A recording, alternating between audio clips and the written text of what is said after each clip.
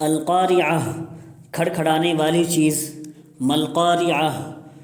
کیسی ہے وہ کھڑکھڑانے والی چیز، مراد اس سے قیامت ہے کہ دلوں کو گھبراہٹ سے اور کانوں کو سخت آواز سے کھڑکھڑا دے گی، اور اس کا کھڑکھڑانا اس دن ہوگا جس روز آدمی پریشان پروانوں کی طرح ہو جائیں گے۔ آگے اللہ نے فرمایا وما ادراک ما القارعہ، اور آپ کو معلوم بھی ہے کیسی ہے وہ کھڑکھڑانے والی چیز، یوم یکون الناس کالفراش المبثوث، جس دن آدمی پریشان پروانوں کی طرح ہو جائیں گے، جیسے پروانے پریشان سے پھرتے ہیں۔ وتکون الجبال کالعہن المنفوش، اور پہاڑ دھنے ہوئے رنگین اون کی طرح ہو جائیں گے، جیسے روئی کو لحاف میں بھرنے کے لیے دھنا جاتا ہے، اور جب وہ دھننے والا اس کو دھنتا ہے تو اس کے ذرے ذرے ہو کر اوپر کو اڑنے لگتے ہیں دھنتے وقت، تو اس طرح پہاڑ بھی اڑے پھریں گے۔ فَأَمَّا مَنْ ثَقُلَتْ مَوَازِينُهُ، پھر اعمال کے وزن کرنے کے بعد جس شخص کا پلہ ایمان کا بھاری ہوگا، فَهُوَ فِي عِيشَةٍ رَاضِيَةٍ، تو وہ تو خوشگوار زندگی میں ہوگا، یعنی نجات پانے والا ہوگا۔ وَأَمَّا مَنْ خَفَّتْ مَوَازِينُهُ، اور جس شخص کا پلہ ایمان کا ہلکا ہوگا یعنی وہ کافر ہوگا، فَأُمُّهُ هَاوِيَةٌ، تو اس کا ٹھکانہ ہاویہ ہوگا۔ وَمَا أَدْرَاكَ مَا هِيَ، اور آپ کو کچھ معلوم بھی ہے کہ وہ ہاویہ کیا چیز ہے۔ نار حامیہ، وہ تو ایک دیکھتی ہوئی آگ ہے۔ الہاکم التکاثر، تم کو تو تکاثر نے غفلت میں ڈال رکھا ہے، غافل بنا رکھا ہے۔ تکاثر کے معنی ہے ایک دوسرے پر دنیا کے ذریعے بازی لے جانے کی حرص، دنیا میں ایک دوسرے پر بازی لے جانا، اس میں حرص کرنا، جو علامت ہے دنیا سے محبت اور دنیا کی طلب کی، دنیاوی ساز و سامان پر فخر کرنا بھی اسی میں داخل ہے۔ حتیٰ زرتم المقابر، یعنی تمہیں تو اس تکاثر نے غفلت میں ڈال رکھا ہے، جس کے معنی ابھی بتائے، حتیٰ زرتم المقابر، یہاں تک کہ تم اسی غفلت میں پڑے پڑے قبرستانوں میں پہنچ جاتے ہو۔ کلا سوف تعلمون، ہرگز ایسی بات نہیں، تم کو تو بہت جلد معلوم ہو جائے گا، یعنی قبر میں جاتے ہی مرتے ہی۔ ثم کلا سوف تعلمون، پھر دوبارہ متنبی فرمایا اللہ تعالیٰ نے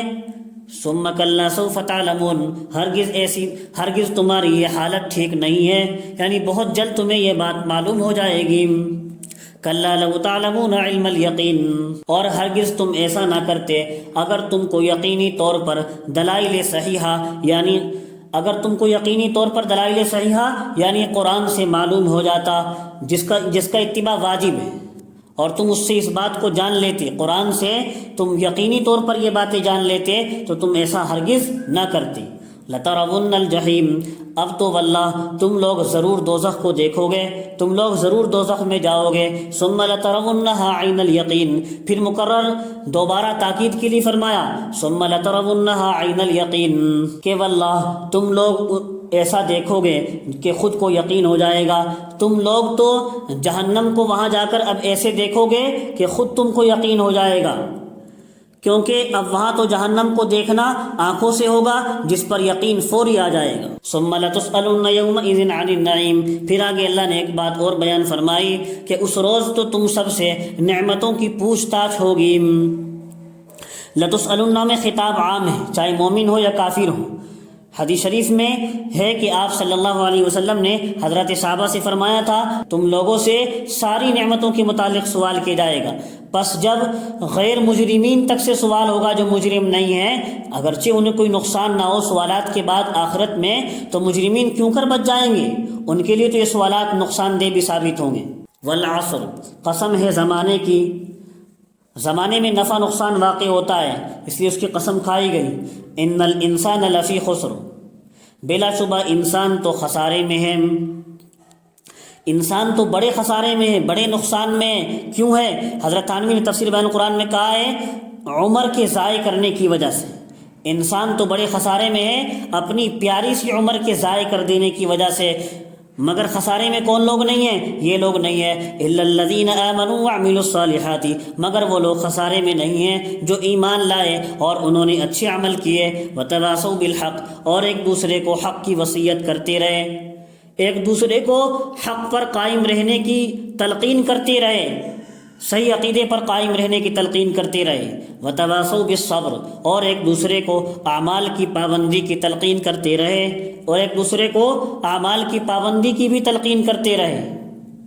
کہ بھائی اچھے اچھے اعمال کرو، دوسروں کو بھی سمجھاتے بجھاتے رہے۔ ویل لکل ہمزۃ لمزہ، بڑی خرابی ہے، ہلاکت ہے ہر ایسے شخص کے لیے جو پس پشت عیب نکالنے والا ہو، جو پیٹھ پیچھے دوسروں کے عیب نکالتا ہو، لمزہ اور رو در رو تانا دینے والا ہو، آمنے سامنے تانا دینے والا ہو۔ الذی جمع مالا وعددا، اور جو مال جمع کرتا ہو، اس کے اندر انتہائی حرص ہے، مال جمع کر کر کے رکھتا ہے، وعددا، اور اس کو گن گن کر رکھتا ہے، اس کو بار بار گنتا ہے، خرچ نہیں کرتا۔ یہ اس سے معلوم ہوا کہ اس انسان کے اندر مال کی محبت انتہائی درجے کی ہے، انتہائی درجے کی اس میں مال کی محبت ہے، اور انتہائی درجے میں یہ مال سے خوش ہوتا ہے، اعمال صالحہ سے، نیک اعمال سے، آخرت کے اعمال سے اس کا کوئی لینا دینا نہیں۔ یحسب ان مالہ اخلدا، وہ خیال کر رہا ہے کہ اس کا مال اس کے پاس ہمیشہ رہے گا۔ کلا لینبذن فی الحطمہ، آگے اللہ نے خود فرمایا ہرگز نہیں رہے گا یہ مال ہمیشہ۔ پھر آگے جو لینبذن سے بات آ رہی ہے اس ہلاکت کی تفسیر بیان فرمائی۔ شروع میں جو کہا تھا کہ ایسے ایسے عیب دار آدمیوں کے لیے ہلاکت ہے، بڑی خرابی ہے، وہ عیب دار کون ہیں؟